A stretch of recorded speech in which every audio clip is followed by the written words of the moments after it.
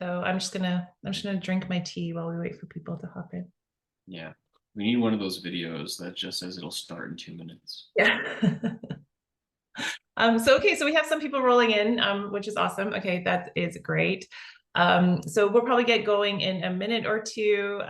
For those of you who are here, if you don't know me, I'm Stephanie. I'm the Director of Client Success here at Reply. And we have Josh, who is one of our senior client success managers. He's also our content specialist as well.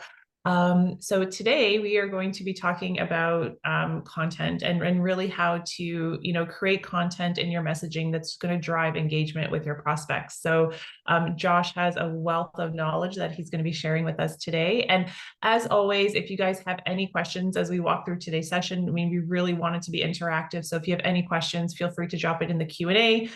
We'll do our best to get to all those questions live, or I'll be kind of answering them maybe on the side as Josh is going through his content. Yeah, so I'm excited to get it started. So like I said, maybe we'll start in about a minute or two. We'll let more people come in. And Josh, I couldn't help but notice your Toronto Maple Leafs jersey in the Yeah, background. doing a bit of laundry. The super famous Kyle Wellwood jersey. So I don't know, for those of you who are joining us, I don't know how many of you guys follow hockey, but Josh and I are both based in Toronto. So we're hockey fans. But the difference is I'm not a Toronto Maple Leafs fan. I'm So, barely a Toronto Maple Leafs fan at this point. and for those of you who don't follow, Toronto made first round of the playoffs and they're likely going to get booted out in the next game. So it's quite sad for all the Maple Leafs fans out there. Yeah, they might as well just get an invite to the first round and then just quit. Well, because that's when they always come out of the playoffs. They never make it past the first round. So Exactly. So it looks like some people are, I think some people are confused about the Google Meets link, but I think some people are finding their way back here. So that's good. okay, perfect. All right. So I think we're good to get started. And like I was saying, if you guys have any questions, please feel free to drop it into the Q&A. Also, today's session is being recorded. So if you are late or you missed some of it, we will be sending out the recording to everyone who registered. And it's also going to be on our YouTube page as well. So you can catch it later if you don't have time today. So take it away, Josh. All righty, let me share my screen. Hopefully you guys can see everything here. Let me just close my face. We're good. Beautiful. So we'll touch on a little bit about AI features and kind of varying your content for deliverability purposes. But the primary goal of today's session is to just talk about what you want to include in your sequences at different points to get the most engagement and avoid kind of domain fatigue and things like that. Let's click in here. Things will vary depending on your use case. For example, if you're using Reply primarily for like onboarding campaigns or marketing sequences where your goal isn't necessarily to get people to convert, some of these may not apply, but generally, if you're working in kind of like a cold sales outreach type situation, you want to have around 5 to 6 email steps. And the first 3 of those should typically be threaded together. So you can see here, day 1, day 4, day 8, and the steps 3 and 4 do not have subject lines. This will thread all of the content together to make it nice and kind of succinct, compact for the recipients. But before we kind of dive into specifics about what you want in each of those steps, it is typically best practice to try and vary the channels that you're reaching out to your prospects on as much as possible. So you can see here that I have my sequence starting off with a LinkedIn profile view. We do offer things like automated connection requests or messages. Those would also set the stage just as well. But the goal of this initial step is to provide context and allow your recipients to view you as an actual person rather than just a potential bot sending out an email. By viewing their profile or sending them a connection request on LinkedIn, or even dropping a voicemail if you're not a huge fan of LinkedIn. um, gives your recipients a better understanding of who you are. They now have, even in the case of a LinkedIn, they can view your profile, they can see your face, they now have your name. They know that there is kind of reality behind the message itself. Same thing with a call. They can hear your voice. There's more weight to whatever emails or content that you send them after the fact, which builds a little bit of trust. And So this. I think, Mhm. sorry, don't mean to cut you off, Josh, but I think it also goes towards like name recognition as well. Mhm.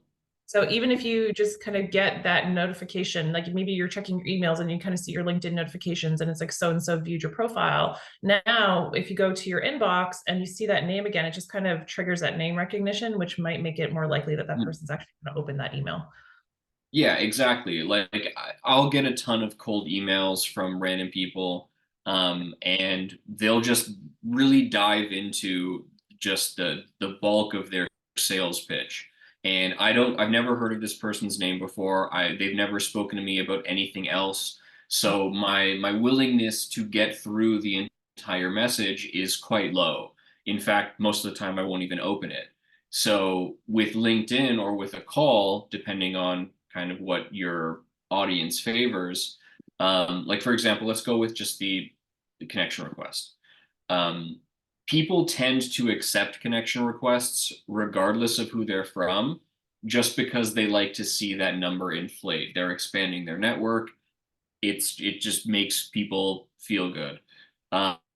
So you can use that to your advantage by sending that connection request. You have your face on there, your name. So when you send an email later that day or maybe the next day, they're going to look at it with a little bit more kind of gravity to it and maybe give you a little bit more time of day rather than if you were to just start off with that cold email out of the gate.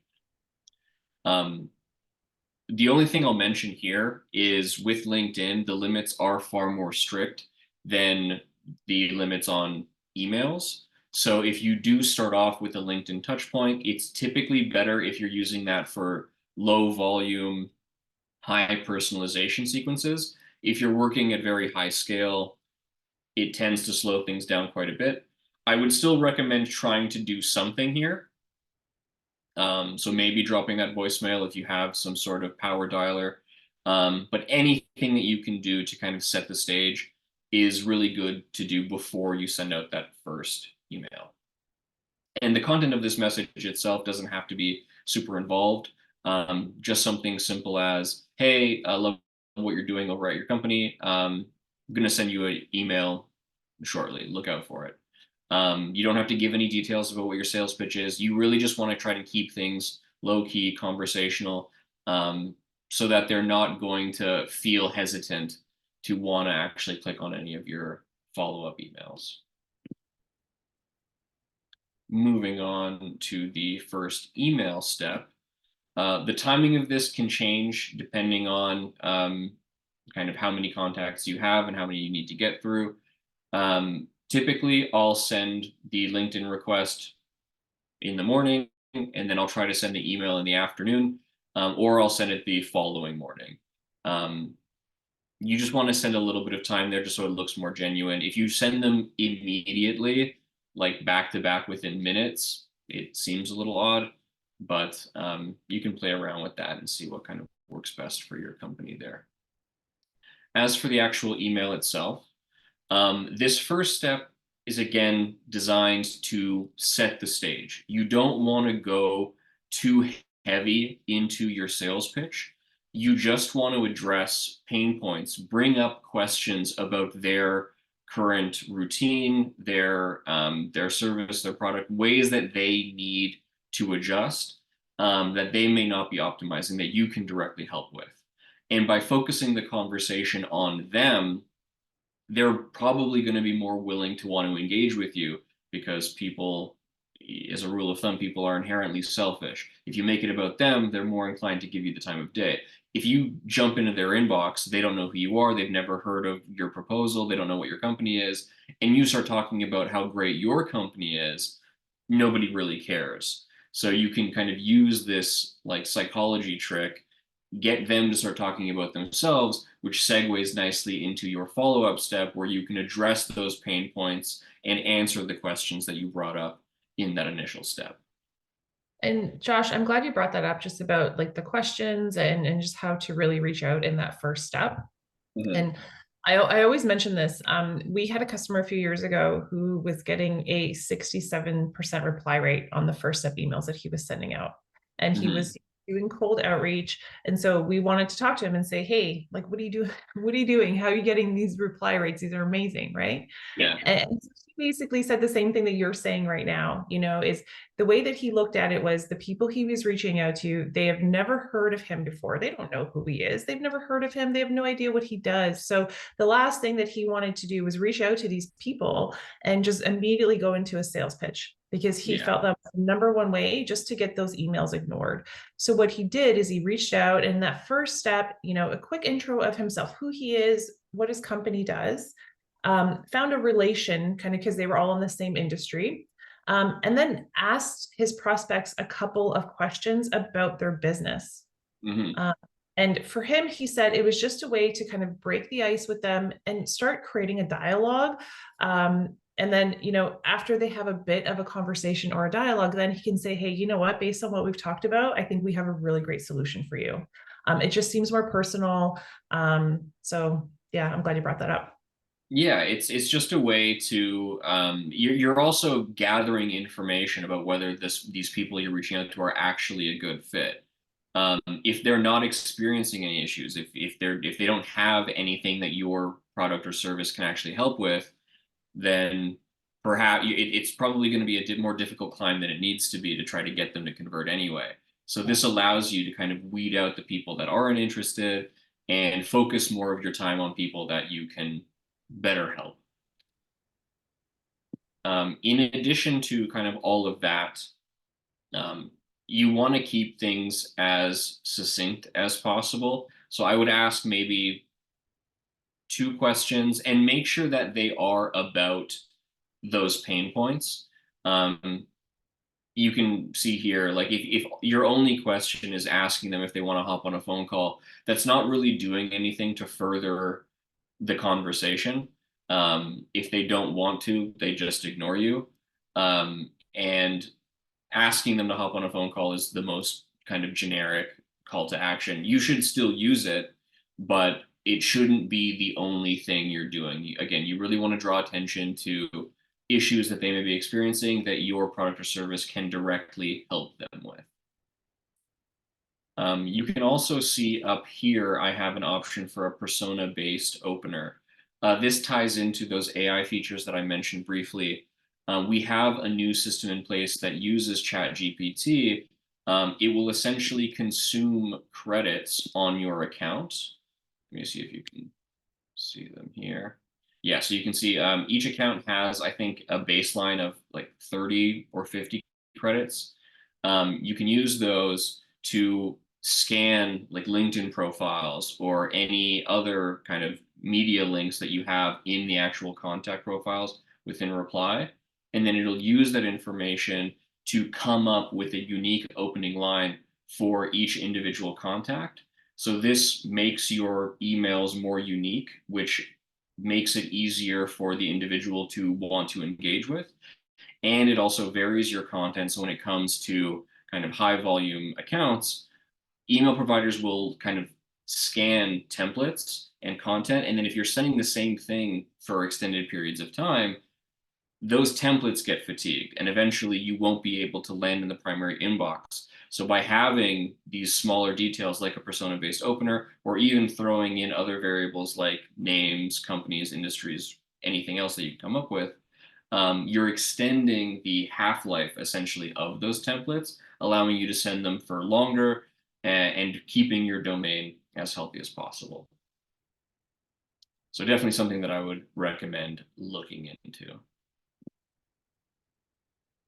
You can also check here, just on the deliverability front, I have a second version of this step, just so that people can get a little bit of an understanding of what you want to do to avoid any deliverability issues moving forward. Usually we save this for a more dedicated deliverability call, but I just wanted to bring it up here in case people want to screenshot it, or just for the sake of the recording, people can take a look and get a sneak peek if they haven't seen that episode.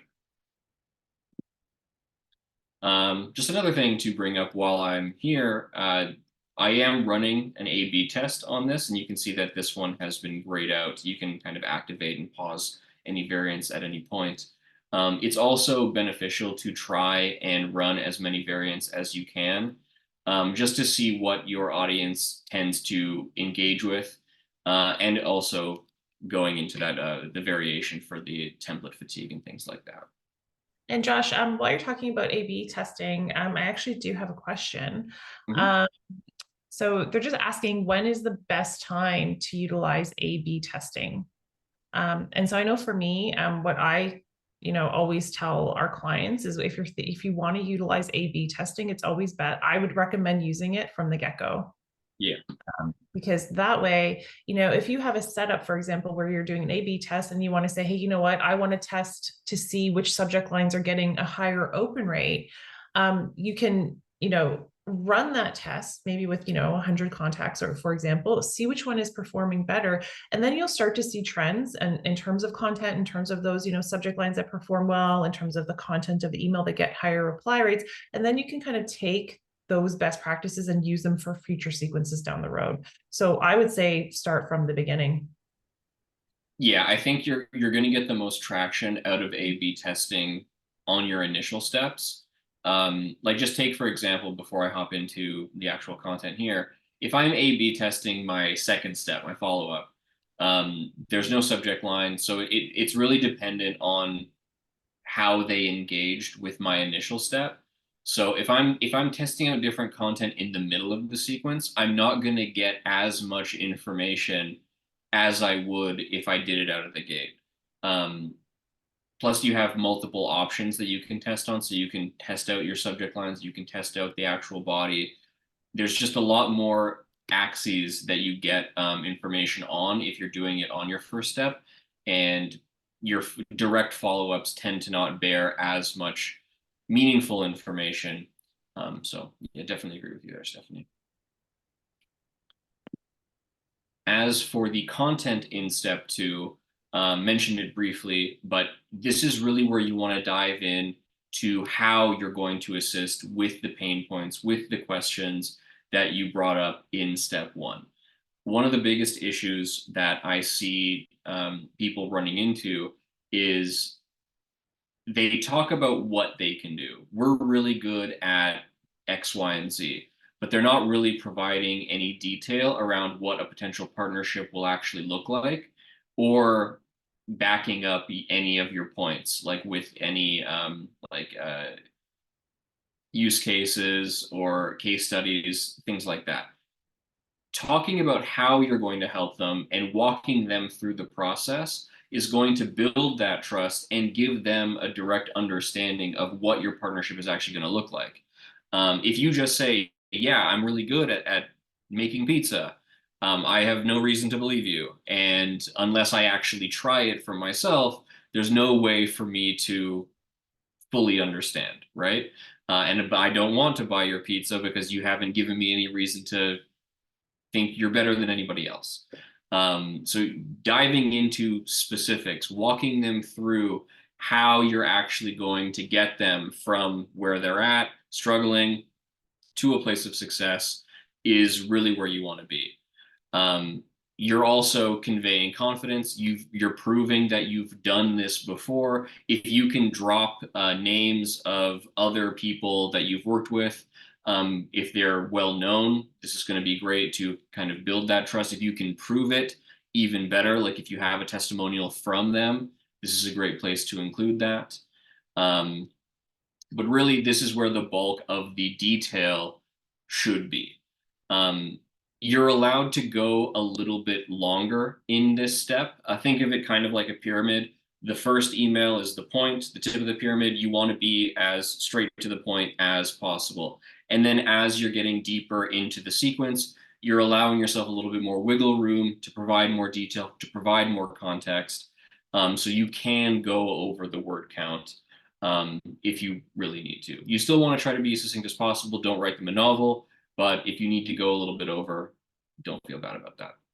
And just quickly, I'm just going to kind of jump on what you mentioned about, a testimonial or maybe even a quick use case. Mhm. Clients or customers who use a use case or a testimonial in a follow-up email, so that's step 2 or step 3, typically see about 30% higher engagement rates Mhm. on messaging that they're sending out. So it, like Josh said, it really just highlights what you as a company are able to do and how you can help that prospect and help them solve that solution. A lot of times, it might be a matter of you send out that first step email, it's great, but then you send out a follow-up email, and maybe there's something in that email that says, hey, you know what, we helped company, ABC increase their productivity by 40%. Like that 40% could be that kind of trigger that says, hey, you know what? I want to get back to this person because I want to see if they can do that for us. Or that's what's going to kind of implore them to reply to you. So just catch their attention. So Yeah, that's why so I thumbs up when you mentioned it, because I really like this. yeah, absolutely. So throw in those numbers, but again, don't just settle on just adding the numbers. Yeah. Give them the detail. Correct. Yeah. Um, so I mentioned in here, including links to those testimonials. It's very easy to just throw in a link to your testimonial page or a use case page, and hoping that they interact with it. That's not what I'm telling you to do here. You want to actually write out some of the detail about your partnerships. Go through that process so they immediately see that here. Because if you're just blindly asking them to interact with something that you're including here, they still don't really know you. So you're still trying to build trust throughout this entire process. So give them bits and pieces of the information that will entice them to want to interact with the link.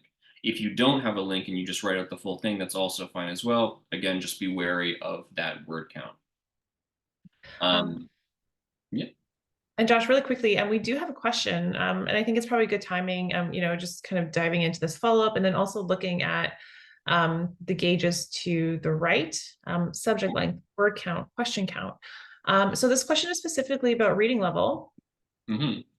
So the question is, how do you suggest getting your reading level into the suggested level? Right. So the reading level takes into consideration kind of the definitions and the connotation of the words.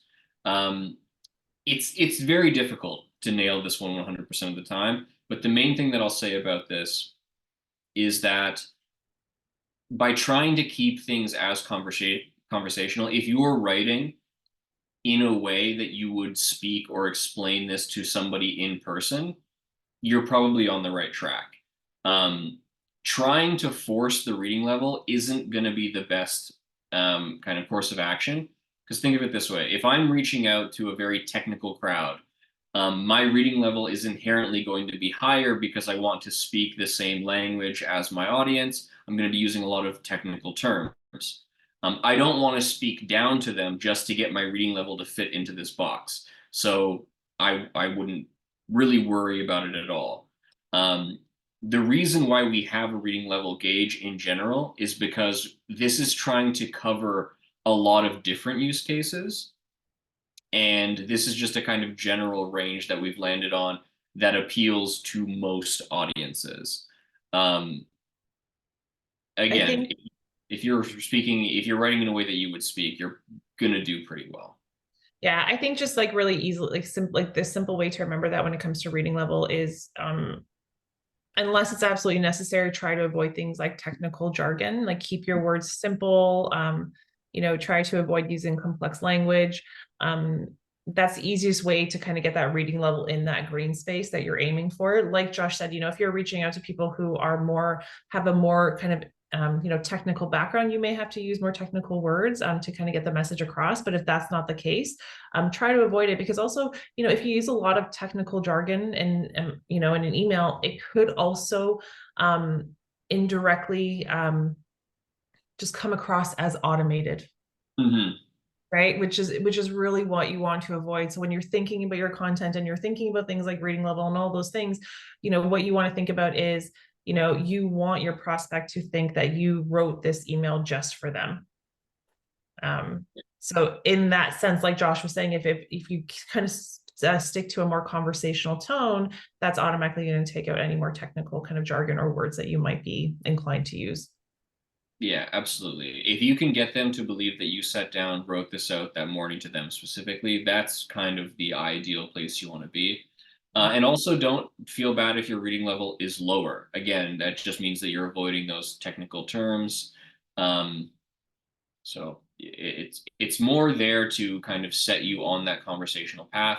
It's not a hard set in stone rule. None of these are going to be the reason someone does or does not respond to you. It's more of a comparative between what your content looks like and other power users of the platform. Absolutely. Same thing goes for positivity. This is looking for the connotation of the word. And so, like, for example, if I throw in the word happy a bunch of times or love, like my positivity will increase, but it's not doing anything for the content. Like it's not going to make any sense. Right, exactly. So there's no point in just throwing in those terms just to make this green. So yeah, don't if you would respond to the message that you wrote, you're on the right track. And I guess while we're here, spam word count. This is a little bit of a misnomer. These are not words that will get you into deliverability trouble. These are words that are so commonly used in other sales emails that we flag them for you to give you the opportunity to make changes. Like, for example, click is a very common call to action. People include a link. They want to click on that for either calendar meetings or whatever. There's nothing wrong with using the word click. Again, it's just a way to help you diversify the language to make your email stand out a little bit more from everybody else sending automated messages. All righty. Next step, step 3. If we want to close this window. Did you okay. There you go. Okay. So this step here is, again, building off of the building blocks that we've included in step 1 and step 2. Step 1 was our kind of initial engagement, our probing questions to get them thinking about ways that they can improve. Step 2 is capitalizing on those issues and really outlining how you're going to assist them. Step 3 is where you kind of round things out. You want to get ahead of the conversation and start answering questions before they even have the opportunity to ask them. This shows that, again, you know exactly what you're doing. You've been through this before. You're the type of person that they want to be working with. It also gets them over that hump of whether they want to get on a call with you or really convert. Pricing is always a kind of major area that people have questions about. So if you have very strict pricing structure, this is where you want to include information on that. Or if you're very willing to kind of negotiate and you have some sort of promotion or deal going on, again, this is the perfect opportunity to include that. I also mentioned perceived bonuses. You may have a promotion going on. You may have a free trial. You may have kind of like a buy one, get one free type of situation. This is where you want to include all of that kind of detail to really kind of push them over the edge. An example of those perceived bonuses, I like to use Reply as the example. For certain accounts, if you purchase within a limited amount of time, or if you buy a certain subscription, you also get access to the client success team. Internally, whether that's available for everyone or not is besides the point. You just want to throw in extra information here that makes it sound like if they were to hop on that call or if they were to convert right now, they're going to get a little bit extra bang for their buck. This can really vary greatly depending on what your actual use case is. But anything you think that falls in these lines or parameters is a great include here. If you don't have any of those perceived bonuses that you can think of, I would still focus on the FAQ segment, providing detail on core functionality that you think they're going to have questions about, or you can go into another use case type situation. So taking elements of that step 2 email and transplanting them here. Use cases are going to vary for all of your prospects. So the closer you can get to their specific needs, the better off they're going to be as far as wanting to engage with you. So hitting on that different fronts, providing different examples that hit on slightly different areas are just going to benefit you in the long run. All of these emails should be threaded together. You want them to act like a story, a beginning, a middle, and an end to give them a complete picture of what this partnership is actually going to look like in its entirety. If you do add in subject lines at each of these 3 email steps, they will send out independently, and you lose a lot of the impact that this style will have. Like, for example, if I were to send this 3rd email completely independently from the use cases that I included in step 2 and those pain points that I addressed in step 1, this looks like it came out of nowhere and doesn't really have the same kind of punch that it should. So really do keep in mind that you want to leave those subject lines blank, at least for these initial steps, just so that they have one easy to find location for all of this information. They don't have to keep hopping between those different threads. And it's also respectful of their inbox space. If you're getting emails from a stranger that you didn't ask for, you'd probably prefer 1 rather than 3 to 5. And like it just, yeah, and like you said, Josh, it just makes it so much easier if, if I'm getting this step 3 email and I'm reading it, and maybe the step 2 email came a week ago and I don't remember what they're referring to. Because a Yeah. lot of times in these follow-up types of messaging, it says like, hey, I'm just following up on XYZ. It's so much easier for me just to scroll down and go, oh, okay, that's what they're referring to. Oh, here's Yeah. that additional information that they sent previously that maybe I didn't really get to see. It's all in one spot. And I have worked with clients where, they set up their sequences and they have a subject line for each follow-up. So it's all separate emails going out. And in the Mhm. follow-ups, they do reference saying, I sent you some information a few days ago. And I've actually seen people respond and saying, what are you talking about? Because at that point, it's all kind of lost in their inbox and it feels like it's in like a million different places. And it's just too difficult for that prospect to keep everything together. So from the Yeah. prospect side, always keep it in a thread. You just get, and again, you do get better engagement when you keep it all in one place. Yeah, and to that same point, I've seen some people do that on purpose. So, like Stephanie, what you just said, people will respond asking, what are you talking about?" Mm. People will try to purposefully make mistakes to get responses like that because you're essentially trying to hook them through a trick. Mm. I don't like that kind of I style hate it. I because hate it. yeah, because Yeah. they're not engaging with what you really want them to interact with. Mhm. They're more just responding because like you made a dumb mistake. Exactly. Um, Yeah. yeah, and like and by doing that on purpose, you're kind of you're shooting yourself in the foot from a trusted expert perspective, right? The whole point of this style is to make it look like you are the type of person they want to be in business with. If you're actively making a mistake to try to get them to engage with you just because your grammar is wrong or you forgot to include the attachment you said you included, like it's not actually going to end up in a conversion in most cases. You might stumble into one occasionally, but carrying yourself as like a respected professional in your area, somebody that knows what they're doing, that takes the time to get the details correct, is always going to lead to better engagement and results overall. So I wouldn't recommend that full style of messaging. Like a lot of people will say like, hey, click on this link if you want to book some time with me. I'd love to chat. And then they'll be like, oh, sorry, didn't include the link, and then throw it in there. It makes them look like more genuine manually sent. But a lot of people are doing it now, so even that is losing a little bit of its traction. So I always say just whatever you do, do it with transparency and integrity. So yeah, exactly. You want to convey yourself like the type of person they want to be doing business with throughout the entire process. Like if you were to make all these mistakes and then ask for a phone call, I kind of just don't want to hop on the phone with you because my business is very important to me if you're reaching out to Absolutely. business owners and things like Yeah. that, right? So I just don't want to work with someone who's going to stumble through the process in the first place. Yeah. Before I move on to the next two steps, I wanted to take a little bit of time to talk about the delays and the cadence as well as the scheduling. Um, right here, I have step one going out on day one, step three going out on day four, and then step four going out on day 8. You can use this exact same kind of cadence here, but in general, I want my first 3 emails to go out to the client or prospect rather within a week to a week and a half.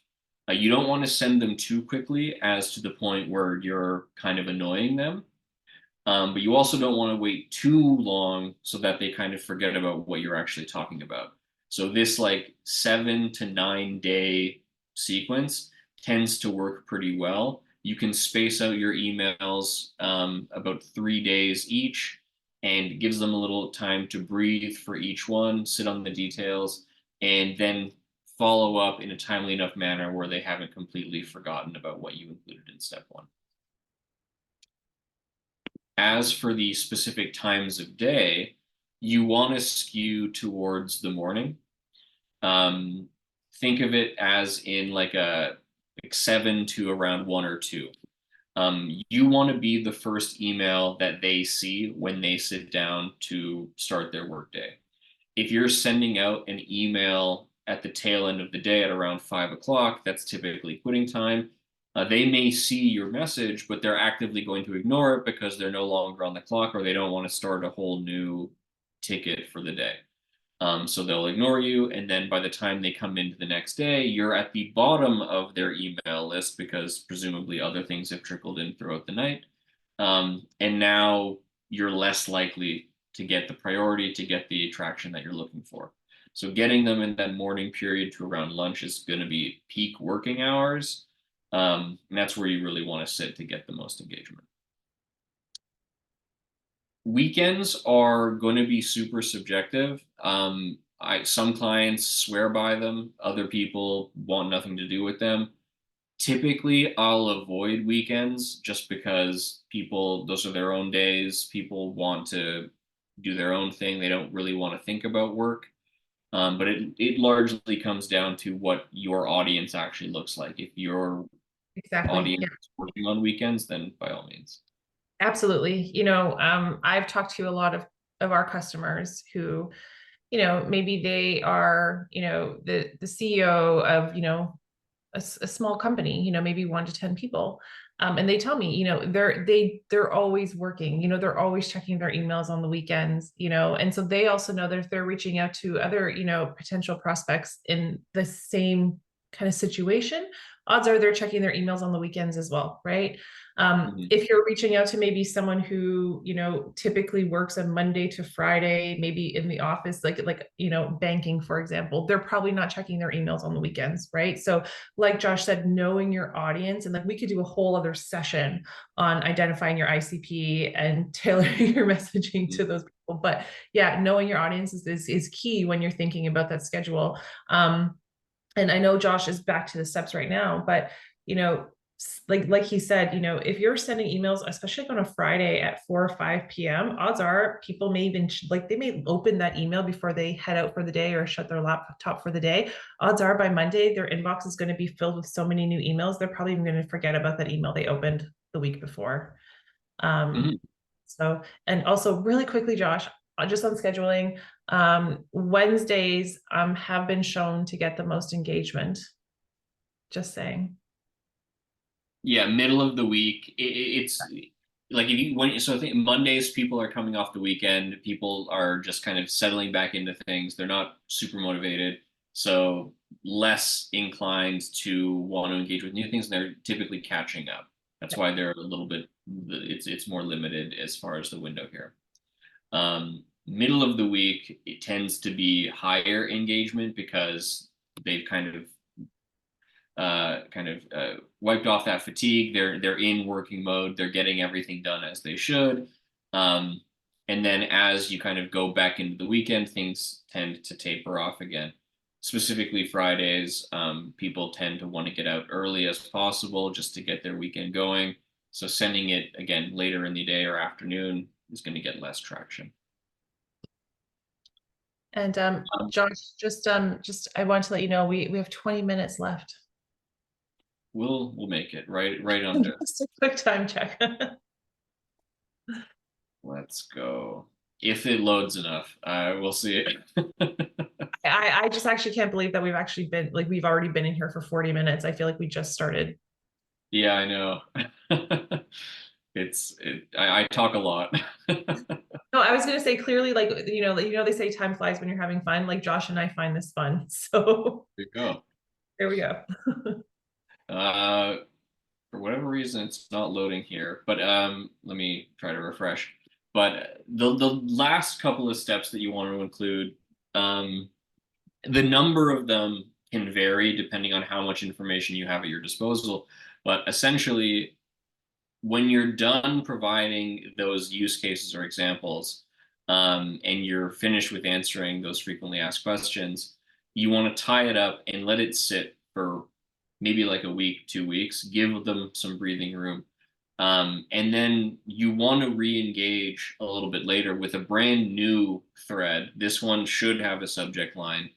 Um, and you want to kind of blend the steps 2 and steps 3 that I already covered to, again, provide more value, hit on different fronts, provide those use cases that hit on slightly different areas. But you're essentially kind of recycling content and trying to offer new perspectives to get as close to their use case as possible. And you can have as many of these steps as you feel is necessary. But they do have diminishing returns. At a certain point, you're going to start regurgitating content or like regurgitating use cases almost verbatim. And at that point, you really want to stop. If you ever have to do that, you're better off not sending the email because repetition is one of the #1 signs of automation, and people are already going to be exhausted, especially if you're pushing this to like 10 email steps. So normally I'll have like maybe just 1 or 2 of these. So at this point, I'd have 5 steps. And then when I do hit that wall, I've run out of things to say, I finally want to cap off my sequence. The last one is going to be called the Hail Mary or the breakup email. And this one is designed to be as tonally distinct from the rest of the emails that you've written. Everything up to this point has had a very similar vibe. You are providing value to demonstrate your professionalism, your expertise, building trust, and trying to get them on those phone calls or convert them directly through email. This final one is you're operating under the assumption that they've never responded to you up to this point, and they've just been kind of glancing at them. This one should be majoritively personality based, and you can really try to do wild things here. Be very sarcastic, include jokes. The whole point is to kind of shock them into believing that you have been a real person this entire time. But now you're not kind of hiding behind the facade of professionalism anymore. You're just kind of going out, throwing what you can, and trying to make a last ditch effort to make that phone call. This type of email can be as wild as you want it to be, really. But you still want to operate in the parameters of your own personality. Like, for example, when I write this kind of message, I'll make it very sarcastic, tongue-in-cheek, and I'll write it as if I'm actually breaking up with them. Hey, thought we had something really special going on here. Guess you're not prepared for, or you weren't really willing to commit to, and then I'll throw in some random like value props about the product or service. How well do those messages work for you, Josh? I'm just curious, like from your own personal experience. They tend to they get a decent amount of responses just because like people are like just trying to understand why this one's so different and just be like, oh yeah, he was just sending me random links to case studies before. This one's kind of funny. I will preface this all by saying the further into the sequence you get, there is less likelihood of them trying to engage with you again. The highest likelihood is going to be around that step like 3 to 5 area. If you're getting down to step 7, people have already either seen your content and made their decision, or they've kind of blocked you. So this one's really just the last ditch effort. It tends to work better than you'd think, but don't expect this to increase your response rate by like 30% all of a sudden. That's not what it's designed to do. It's just to And get people that have been sticking around to finally go over the fence. I think too, one thing in this kind of Hail Mary or breakup email, breakup just sounds so sad, really. But uh, That's the oh, point. You're making them, you're guilting them into making them response. feel bad. And here I was a few minutes ago saying, do everything with integrity. But also like in for this email, for like the Hail Mary or breakup email, however you want to refer to it, always make sure that you are leaving your contact details there. Uh, Yes. and letting your prospect know as well that, you know, maybe if it's not a good time for them, I mean, it happens to all of us, you know, maybe we have a busy Q2 and we have so many things on our plate that we can't even possibly think about something else at that point. But leaving the door open for them, to say, hey, you know what, if it, you know, if the timing is better later on, here's, you know, my phone number, or here's the best way to get in touch with me. I'm more than happy to talk to you whenever the timing is right or the timing is better, and just kind of leaving that door open for their opportunity as well. I mean, I think a lot of times that's a given, but just maybe kind of hitting home on that, is really important. Yeah, throughout the entire sequence, you always want to be capping things off with that call to action. Do you want them to book a phone call with you? Do you want them to click on a specific link? Really focus on one thing you want them to do per email. If you try to include a bunch of links and you include your calendar link and you're leaving it up to their decision, that kind of plethora of choice typically leads to a paralysis, and they don't end up engaging with any of them. So by focusing in on one aspect that you really want people to do, you're increasing the likelihood that they actually comply with whatever your request is, and you're focusing in on the most important aspect. Don't spread yourself too thin. And absolutely what Stephanie said, you want to cap things off, including in this Hail Mary or breakup email, with that contact information so that the door is always open. This isn't necessarily even the final email. I wouldn't re-engage with these prospects for quite a while. But if they didn't outright deny you or mark you as spam or anything like that, it could just be a timing thing. They could have had an extended time away from work, and maybe a couple months down the line, you try and re-engage them. Now they're ready to kind of interact. So don't just end things absolutely. Do keep that door ajar. But this is just for this one particular sequence where you're ending things. Another aspect that I want to talk about is the use of follow-up calls. So this is in kind of the same vein as what we started with those external touch points.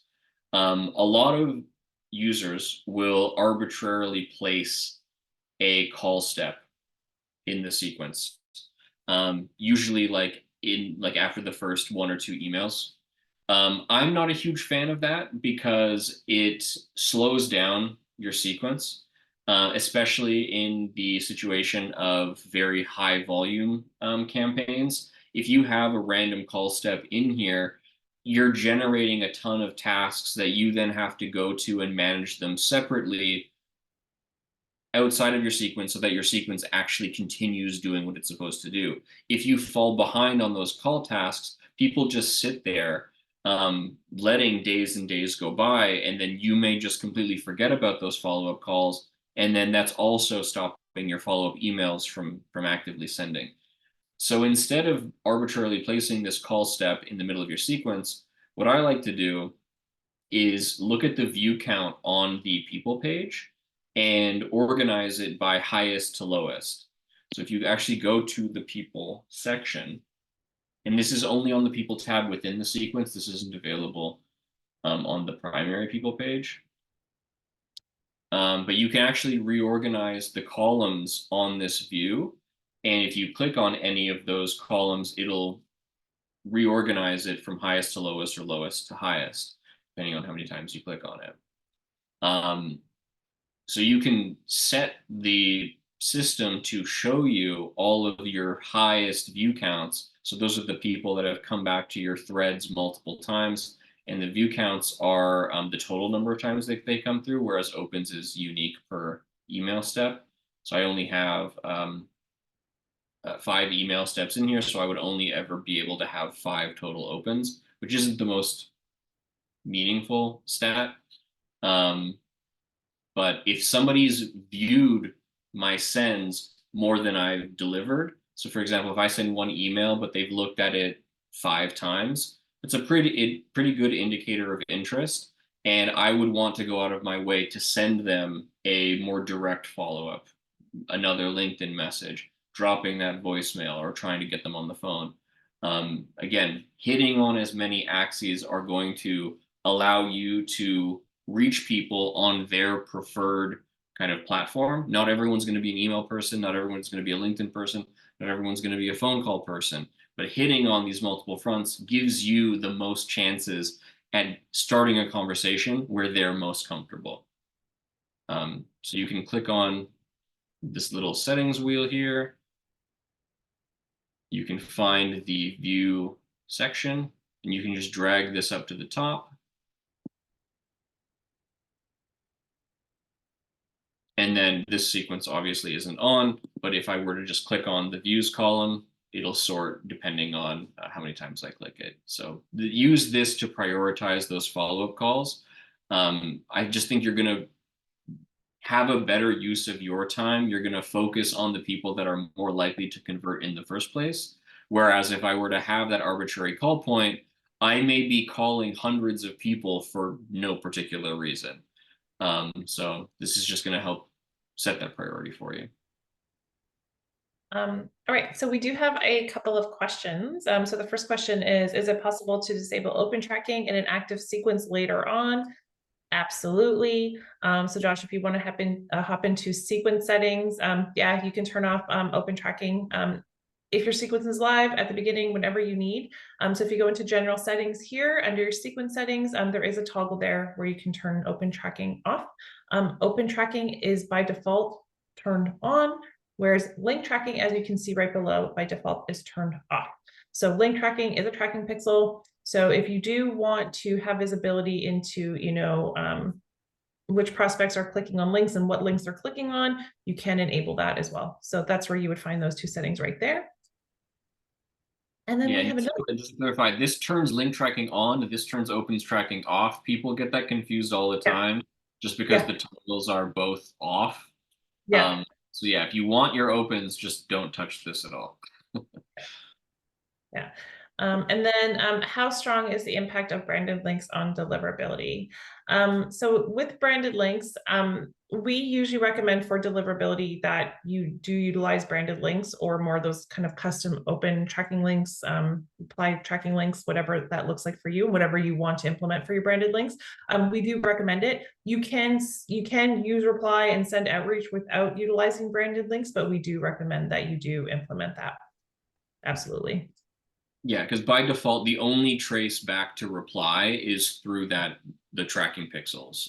So if your email provider is scanning the tracking, they will see the reply.io domain. Most recipients never look at that, so you don't have to worry about them seeing that it's coming from reply. It's more of just a deliverability side on the back end. But the branded links replaces that reply.io domain. You can make it whatever you want, preferably your domain. And it just helps with those random provider scans to make sure you're still in the inbox. Yeah. And also just even on our side, like even the default tracking links that we're using at Reply, we're constantly refreshing them and updating them as well. So like even our default tracking links, they're not stale. They haven't been there for a long time. We're constantly refreshing them, updating them, just obviously to improve your deliverability and overall results there. So we have 6 minutes left. We don't have any more questions. So we could probably wrap it up. But like I was saying, if you guys, need a refresher, you want to refer back, we are going to be sending out this recording to everyone who registered, and it's going to be on our YouTube page. One thing that I want to mention before we go, and this kind of all ties back to content. When you're thinking about content, it's really, really important to personalize the content that you're sending out. It's just going to help so much with that engagement piece. So like we said, if your prospect thinks that you sat there and you wrote this email just for them, you're more likely to get those views and probably those replies, or they're going to book a demo with you, or whatever that looks like. The engagement is going to be so much stronger. So I don't know if you guys have heard this term, spray and pray.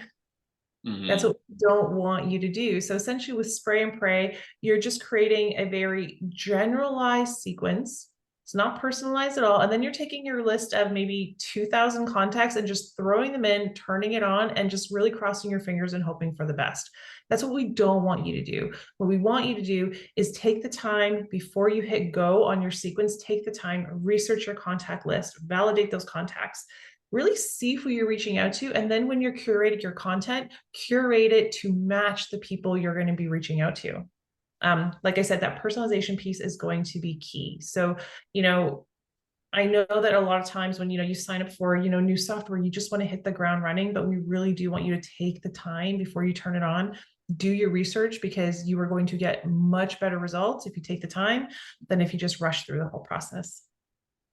Yeah, it's always going to be better to take your time to do things. If you do just try to shoot all of the emails out as quickly as you can, you're losing out on a lot of the value of a tool like Reply, and you're also just exhausting your contact list. Like, even if they don't directly respond to something that you've said, you haven't necessarily burned that bridge, right? So if you tailor the content, take the time to make it sound like it's for the individual, they're much more likely to be patient with you and then maybe come around later on. Whereas if you just send a bunch of general emails and generic content, they're going to take a first glance. If it's not immediately relevant for them, they're going to mark you as spam, and then you're blocked out of the inbox forever. So, Absolutely. Okay, so we actually have one more question that came in before we hop off. So I just want to make sure that we get to it. Okay, can I delete a step from an active sequence?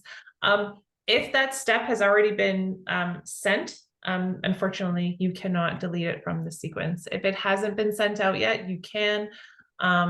So in that sense, like if you wanted to, what we do recommend that you do as a workaround is you can always maybe duplicate that sequence, move your contacts to the duplicated sequence, and just remove any steps that you don't want moving forward. But you can make edits to an active sequence. You can make edits to a step in an active sequence. You can change out the content, you can change the wording and whatnot, if you didn't necessarily want to delete it. So yeah, you can change the content at any point. You can even change your schedules and everything like that. The entire idea behind Reply is to be able to iterate and improve based on the interactions that you're seeing through. So yeah, the only thing you can't do is if it went out, you just can't remove it. Okay, awesome. Well, I think we're done for today's session. Josh and I are going to be back in 2 weeks with another session. So we'd love if you guys could come back. And as always, we really wanted to be interactive. So the more questions you guys have, the better. We're happy to answer all of those questions. But in the meantime, if you guys do have any questions, you can always reach out to our support team via live chat. The response time is usually under 5 minutes, or you can email the client success team here at Reply as well. We're more than happy to help you out too. So until next time, bye everyone. Bye.